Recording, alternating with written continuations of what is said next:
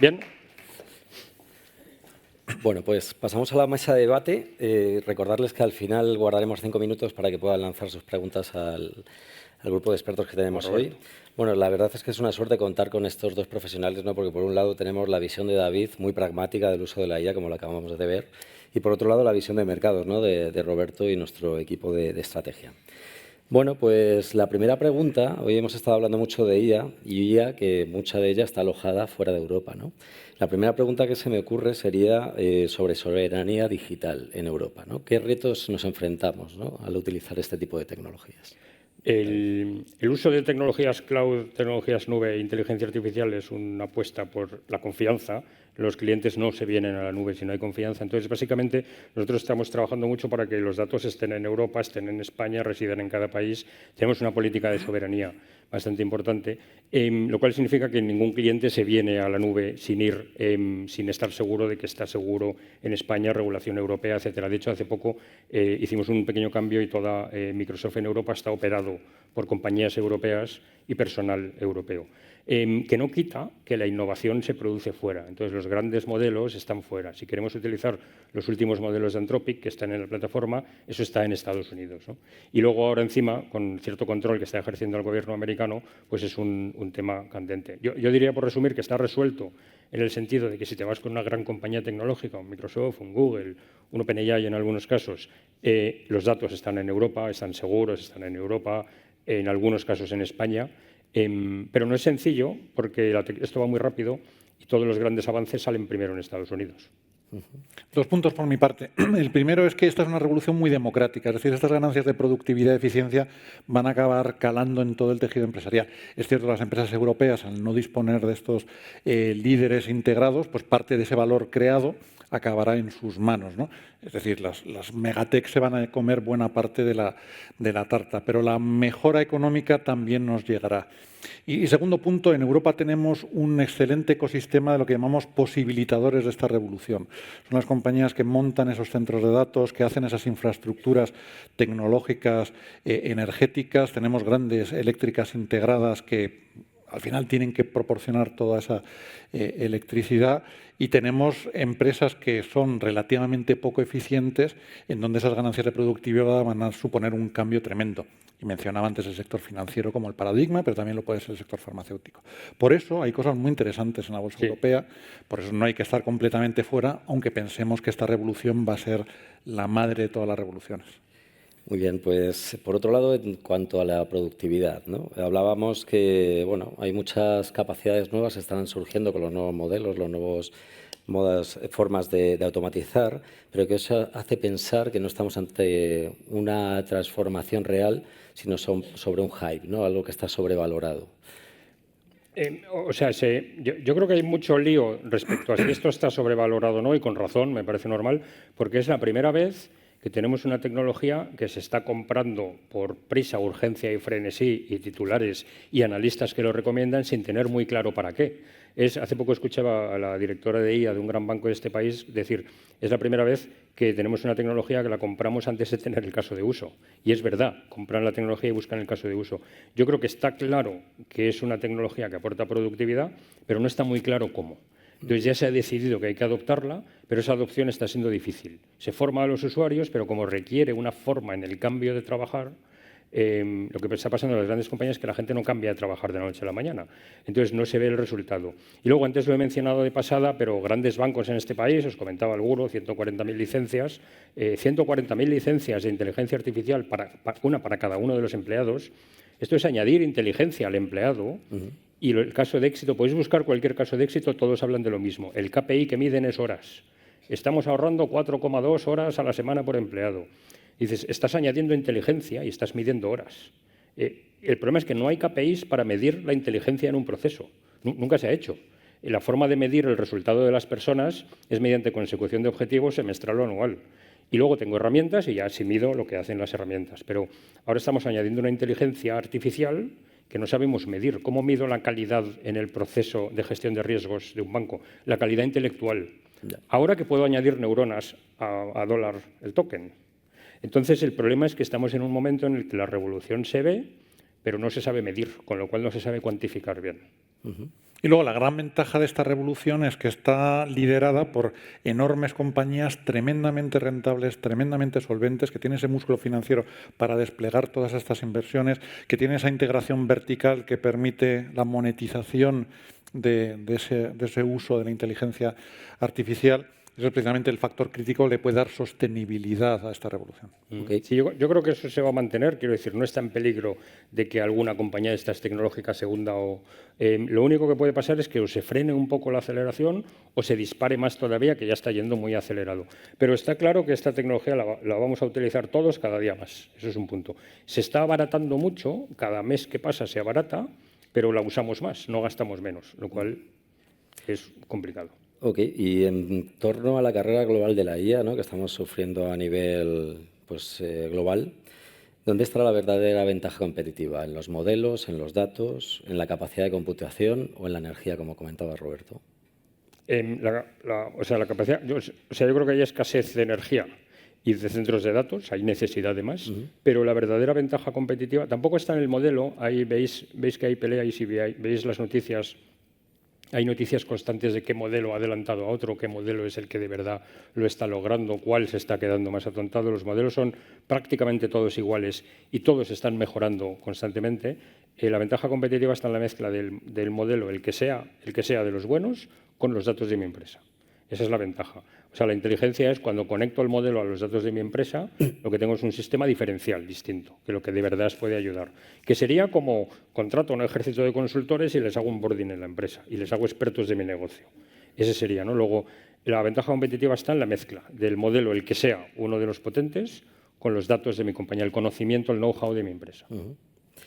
Una dinámica interesante es que en ese pulso geoestratégico vamos a dos ecosistemas de inteligencia artificial aparentemente separados entre China y Estados Unidos, pero donde en las últimas semanas están apareciendo noticias, y ahí querría que comentaras, de cómo se puede hacer una mezcla entre modelos fronteras para determinadas tareas de alta inteligencia o alta rapidez y luego utilizar modelos low cost de los chinos para el trabajo de fondo que requieren estos modelos. ¿Cómo crees que va a acabar conviviendo ese pulso geoestratégico con esa optimización de para qué utilizo cada modelo? Es claramente híbrido el modelo, habrá ambos. Me ha hecho gracia en el gráfico que has sacado antes, se veía claramente la caída en bolsa de las tecnológicas cuando salió DeepSeek, el modelo chino.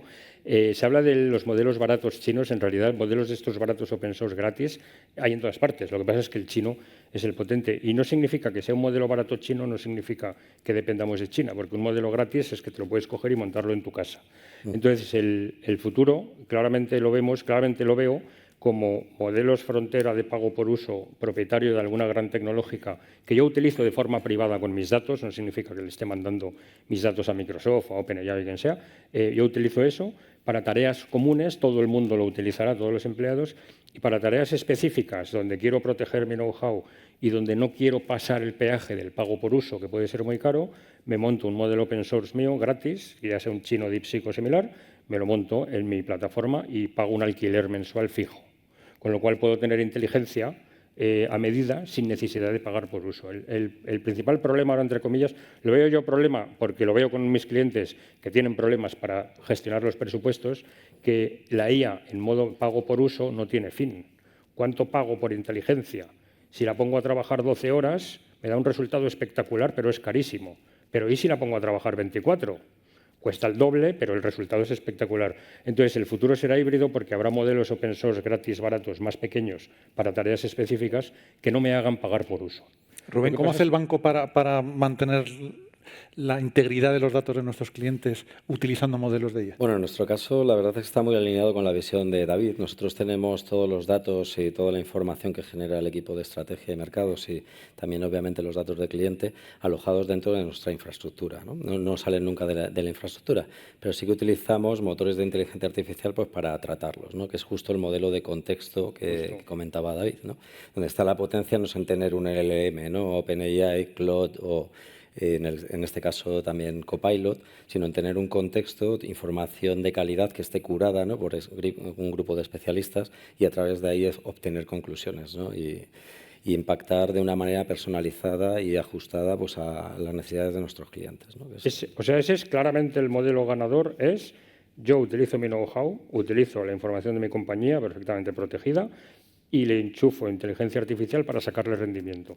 Y luego ya dependerá de si es un modelo estándar general para tareas comunes o un modelo específico, como estáis haciendo vosotros, específico para construir mi base de conocimiento. Pero claramente el futuro no es qué IA es la mejor del mercado. Las IA serán un commodity como la electricidad. El futuro es qué empresa hace mejor uso de la IA porque la aplica mejor a su conocimiento, que es un poco lo que estáis haciendo vosotros con vuestra arquitectura. Bueno, y quedan 4 minutos. Vamos a, yo creo, abrir un turno de preguntas. Recuerden que tienen un micrófono en el lado derecho, pueden levantar la mano y les damos paso. Yo creo que es una oportunidad. No sé, alguna por ahí al fondo. Sí, hola, buenas tardes. Lo primero, gracias por la ponencia, ha sido muy interesante. Quería entender, dentro de lo que habéis comentado, que uno de los cuellos de botella que tiene la IA es la energía, pero por otro lado están los semiconductores. Los semiconductores hay un problema de escasez. Y yo creo que hay un problema, además de la escasez, que bueno, pues la depreciación de este hardware es mucho más rápido de lo que hasta ahora hemos vivido. ¿Cómo creéis que eso impacta no solamente a lo que es la tecnología, sino a las empresas que gestionan este tipo de productos? Buena pregunta. Yo de eso sé poco, así que seré breve, luego vas tú si quieres, pero 3 años. Básicamente un data center tiene una vida útil de 3 años. A los 3 años empieza a estar obsoleto. Entonces, va a haber una necesidad constante de nuevo hardware en el mercado. Y tiene que haber en algún momento un salto de eficiencia. Ahora mismo el uso que hacemos de la tecnología de las GPUs, los procesadores para IA, es muy ineficiente, porque son procesadores pensados para entrenar, no para ejecutar. Entonces, se asume que a lo largo del próximo año habrá un salto cualitativo y se eficientará, con lo cual se relajará un poco la necesidad. Pero yo creo que va a haber una tensión constante en la necesidad constante de creación de hardware. Vamos además a arquitecturas de semiconductores cada vez más complejas que no solo utilizan GPUs y estamos viendo un cambio en cómo se financian los centros de datos. Lo que están empezando a hacer las grandes tecnológicas es sacarlo de su balance, crear una sociedad que se financia con los pagos que va a hacer el Microsoft o el Meta de turno, pero que al final acaban invirtiendo pues, bonistas o fondos de capital riesgo. Es una forma de quitarse parte de ese riesgo de obsolescencia que sin ninguna duda va a empezar a ser muy evidente a final de esta década. Estamos empezando las grandes tecnológicas que construimos data centers en utilizar capacidad extendida con data centers de terceros en modelos de alquiler. ¿Una otra pregunta por aquí? Sí. Me parece que el tema es súper interesante en las 4 fases que mostrabas. Sin embargo, me parece que la implementación, una cosa es el conocimiento de las diferentes herramientas, pero otra cosa es el tema de la implementación en las empresas. Cuando uno desde la Dirección General está convencido de que se deben utilizar, pero ¿cuál es la mejor forma de lograr que los funcionarios de las diferentes áreas realmente lo apropien y puedan llevar a cabo para poder lograr la eficiencia de que estamos hablando? Porque una alternativa es tener a alguien que capacite en todo el proceso y otro es algunos funcionarios que son inquietos y lo querrán hacer. ¿Cuál sería la mejor estrategia para lograr que eso se implemente de manera relativamente rápida?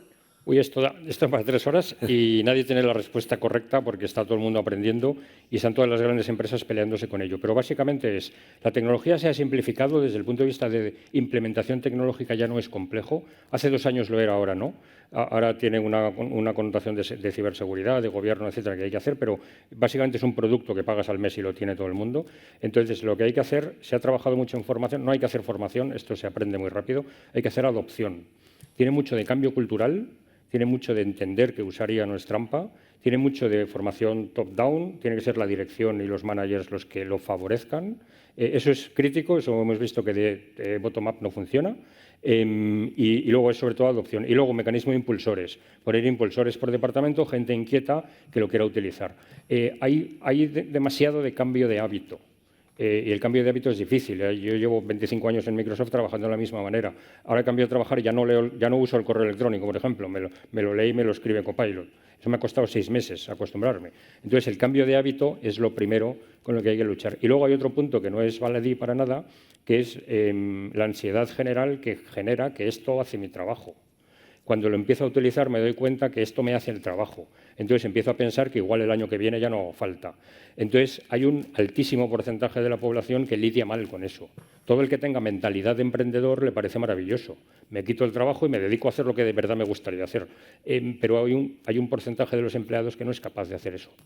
Entonces, el tema es cambio cultural.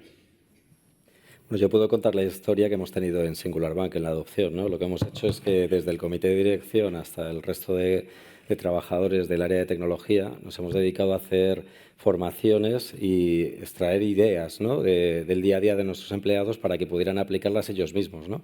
Que se vieran ellos como si fueran programadores, ¿no? Porque lo bueno de esta tecnología es que ha reducido la barrera de adopción, como comentaba David, y de esas propias ideas surgió Singularity, ¿no? Que es nuestra inteligencia artificial que está, digamos, entrenada con todo el contexto de información interna, ¿no? Y que apoya a nuestros banqueros. Y tenemos un grado de adopción muy alto.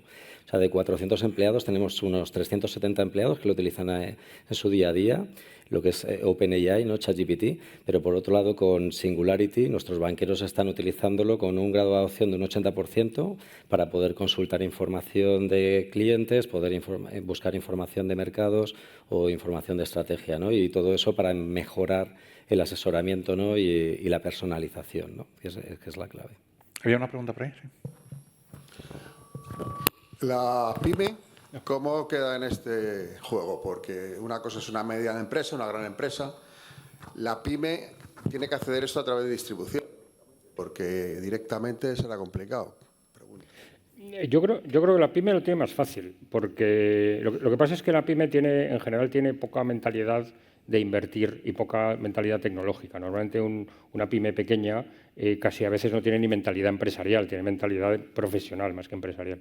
Pero en realidad esto lo que requiere es una herramienta de usuario final, un ChatGPT Enterprise, una herramienta segura, ¿vale? Un Copilot, ChatGPT Enterprise, la que sea de pago y segura, y utilizarla en el día a día. Entonces, en una empresa pequeña, cambiar la forma de trabajar es infinitamente más fácil que en una empresa grande. Yo estoy viendo muchas empresas grandes, mucho IBEX 35, que cuando el comité de dirección, CEO, comité de dirección, ya ha entendido esto bien y ya tiene prisa por implantarlo a escala, ¿cómo consigo que 30, 40, 50.000 empleados cambien su forma de trabajar y procesos que llevan diseñados hace 15 años con evolución gestionando excepciones, procesos de riesgo financiero y tal? Es dificilísimo. Una pyme es mucho más fácil.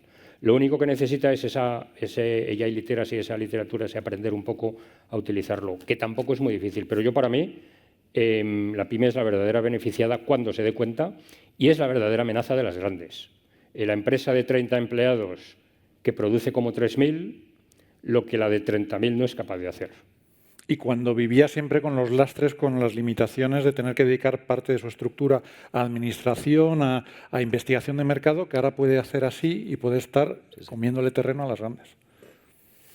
¿Alguna pregunta? Sí, gracias por la ponencia. Ha sido o está siendo muy interesante, sin la menor duda. Pero quería que me diese, si podéis, alguna aclaración adicional sobre algo que también habéis comentado ahí, ahora mismo en la reunión, y es el tema de la confidencialidad de los datos que aportamos.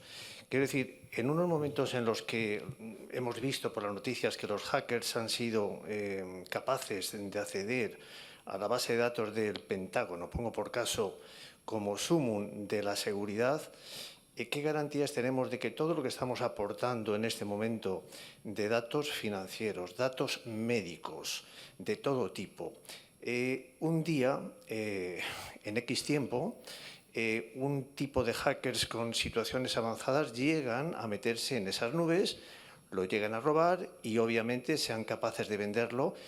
Imaginémonos directamente si le hemos dado toda nuestra aportación médica y esto va a manos de cualquier compañía de seguros, va a decir, usted me interesa, usted no me interesa. Si esto lo hacemos a niveles de otros tipos, va a ser exactamente igual. O sea, esto personalmente me genera una inseguridad tremenda. Sí, yo le puedo aportar todo, voy a tener unos rendimientos y unos resultados espectaculares, pero ¿alguien me garantiza que esos datos que yo estoy aportando se van a quedar directamente ahí y no van a ser robados y vendidos para mi propio perjuicio en el futuro? O sea, lo que es ciberseguridad de hackers atacando compañías, eso pasa a diario, pasa cada vez más. Hay algún gran ciberataque importante cada semana, pero nos enteramos de uno de cada 40. Y eso va a seguir pasando y nos protegeremos más. Y no aporta tranquilidad, pero el cibercrimen es el primer negocio del mundo ya. Creo que justo por detrás del tráfico de drogas o de armas, no me acuerdo cuál de ellos. O sea que eso es un tema importante. Entonces, de cara a la confidencialidad y lo que nos atañe a nosotros usuarios y propietarios de información. Las herramientas empresariales son seguras, son confidenciales, los datos están perfectamente securizados y además están en España, si es una compañía española, en Europa, etcétera, completamente cifrados y sobre todo los modelos de inteligencia artificial no aprenden. Con lo cual, cuando yo le doy un documento a mi ChatGPT Enterprise o a mi Copilot, el modelo no está aprendiendo, no se está quedando el dato. Físicamente es imposible, no se lo está quedando. Pero si me voy a una herramienta gratuita, por ejemplo, a un ChatGPT gratis, entonces sí, cada vez que yo le doy un documento, eso viaja a Estados Unidos, me tengo que fiar de la seguridad que tenga la compañía allí. Recordemos que es una compañía que hace 7 años no existía apenas, no es lo mismo que un Google o un Microsoft o algo así, y si la offering es gratis no te fíes. Y luego estas compañías han crecido tan rápido que han tenido problemas de seguridad y han tenido fallos que la propia IA sí se aprenda el dato. Eso ha ocurrido, ahora ya no, pero ha ocurrido. Entonces, la recomendación es, o sea, el resultado de esto es, si lo miramos en detalle, la seguridad y la confidencialidad está resuelta en la offering empresarial. En las de consumo no. Y en las de consumo no hay que fiarse. La recomendación que hacemos siempre es no le pongas nada confidencial a ChatGPT, nunca jamás, salvo que sea la offering de pago, que hayas configurado la confidencialidad y que el comercial de OpenAI te haya asegurado que los datos están en Europa. Si no, no le pongas nada. Y como eso con todas. Pero el resumen es, la offering empresarial está resuelto, la de consumo no, y hay que tener cuidado, porque no siempre está clara la barrera.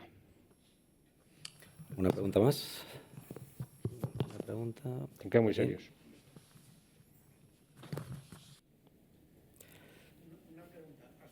El botón.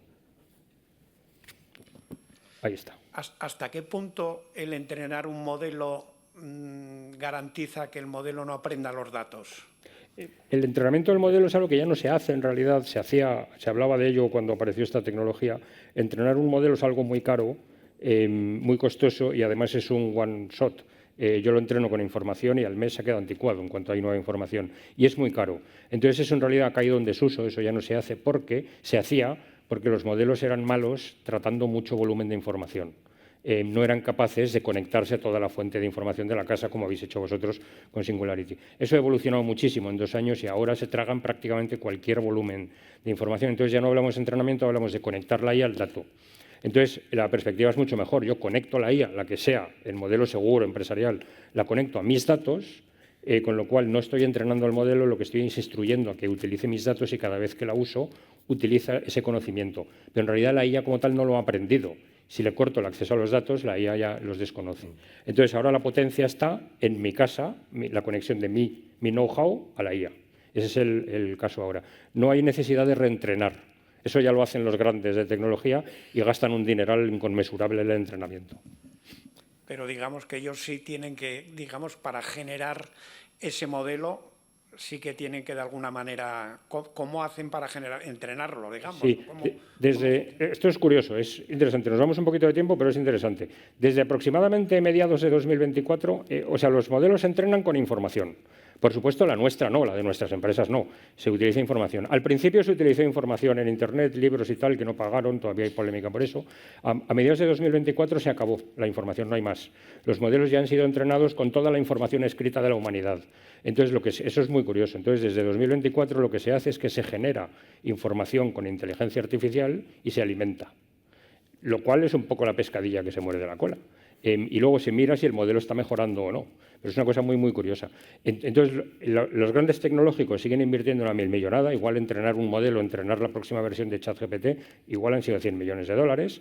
Se dedican a entrenar el modelo, a hacerlo más listo y con más conocimiento, pero en realidad, la ventaja para nosotros es el día que lo cojo y lo conecto a mis datos. Si probáis la versión 4 de ChatGPT con la versión 5.5 que hay ahora, con la 5.6 que van a sacar dentro de 2 o 3 semanas, si la probáis con una pregunta estándar, es muy parecido. Si la probáis con una pregunta con vuestros datos, notaréis mucha diferencia. Luego ese es el valor, en realidad. me hago muy entusiasta con esto, pero es que hay mucho que explicar. ¿Alguna pregunta más por allí? Sí, gracias por la presentación. Yo quería cambiar un poco de tercio y preguntar como inversor. A mí me gustaría saber cuál es el caballo ganador en toda esta carrera, en el sentido siguiente. Hay dos compañías cotizadas, una ha subido un 12%, otra ha bajado un 22%, de los modelos más extendidos en su utilización. Y hay dos que parece que van a salir a bolsa, aunque están sufriendo algún retraso. Por lo que he entendido, parece que hay como 3 claves importantes para identificar el caballo ganador. Uno es en los centros de datos, otro es la cobertura comercial que tengas de acceso a clientes y el tercero es tu modelo de aprendizaje. Pero no sé si al final el secreto es, oye, es promerdear y decir, oye, invierto en todas para ver cuál es la que gana, o si hay alguna que creéis que va a tener o que va con delantera en esa carrera. Difícil pregunta. Yo creo que nadie tiene ni idea de eso. Está siendo una locura. Presentamos unos resultados en bolsa espectaculares, superamos la expectativa de los analistas. Hablo del caso de Microsoft. Y automáticamente caemos en bolsa. Caemos en bolsa porque como la IA funciona muy bien, que es lo que dicen nuestros resultados, el mercado, las compañías de software están en riesgo, porque la IA hace software. Y luego lo de Anthropic y OpenAI. OpenAI tiene muchísima más masa de usuarios, pero no es rentable, quema dinero a una velocidad tremenda. Anthropic tiene muchísima menos masa de usuarios, pero es rentable ya en el sector empresarial. Básicamente es un lío, yo creo que nadie lo sabe y nadie lo tiene ni medio claro. Lo que sí está claro es que vivimos en un mundo de una inmensa incertidumbre que nadie lo tiene claro y que no está ni medio claro cuál va a ser el modelo bueno de aquí a un año. No está ni medio claro que sigan siendo Anthropic y OpenAI. Con lo cual la respuesta es, yo no creo que nadie lo sepa eso muy bien, no tengo ni idea. Pero la tarta va a crecer tanto que hay tarta para todos. Sí. Y segundo, hay una guía muy fiable para tener la red bastante cerca. Y es aquellas empresas que tienen cientos de miles, si no miles de millones de clientes. Estoy hablando de los usuarios de Google Alphabet, los del Windows o como se llame ahora de Microsoft, o de Facebook para Meta. Y digo, esa capacidad de integración vertical, esa capacidad de monetización es muchísimo más fácil en ese tipo de compañías que en los OpenAI o el mini resumen que diría yo con mi experiencia, que no sé nada de financiación e inversiones, es las que somos compañía de plataforma, Microsoft, Google, AWS, esas nos mantendremos. Porque sea lo que sea, harán falta data centers y hará falta tecnología hardcore sobre la que correr esto, hardware sobre la que correr. Y luego los grandes de modelos de lenguaje, que ahora mismo están OpenAI, Anthropic y SpaceX, X, la de Elon Musk, no tienen pinta de ir a ninguna parte, no tienen pinta de hundirse, porque se han hecho tan grandes que aguantarán lo que sea. Creo que podría haber algo de burbuja financiera, pero no tecnológica como tal. Y yo creo que aguantarán. Entonces yo creo que hay tarta para todos. Y viviremos unos años de unos adelantando a otros, una temporada según la temporada. Tenemos que acabar. Bueno, tenemos que terminar, así que muchísimas gracias, David, Roberto, por supuesto a ustedes por acompañarnos esta tarde y les invito a continuar el debate en el canapé que tenemos a continuación. Muchísimas gracias. Muchas gracias. Muchas gracias. Locura.